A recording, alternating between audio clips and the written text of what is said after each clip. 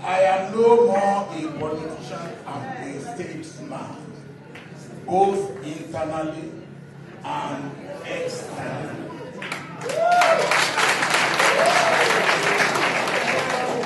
Ọ̀rọ̀ pé wọ́n fẹ́ yọ mí òṣèlú nínú ẹgbẹ́ àbẹ́yìn bá ti wà pẹ̀lú mi ẹgbẹ́ kí mo tún wá tí ó tó ti ní ọ̀gbọ̀n bá dẹ̀ ṣe rí permanent voters card yẹn ihun tí bá gbà láàfún á jẹ gbogbo yóò rí ti yí gbà. Ó ní ìfẹ́ ẹgbẹ́ kò tó rí voters card gbà. Nígbà tó bá jọ tẹ̀lé kò bá tó ẹni tó bá wù wọ́n ni ó dìbò ẹ fún. Àwọn tẹ́lẹ̀ ó dìbò tẹ̀lé fún. Àwọn tí mo máa bọ̀ wọ́n lò Nàìjíríà ṣe ni.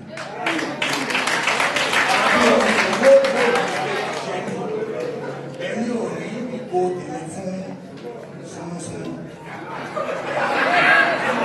Anybody in his right senses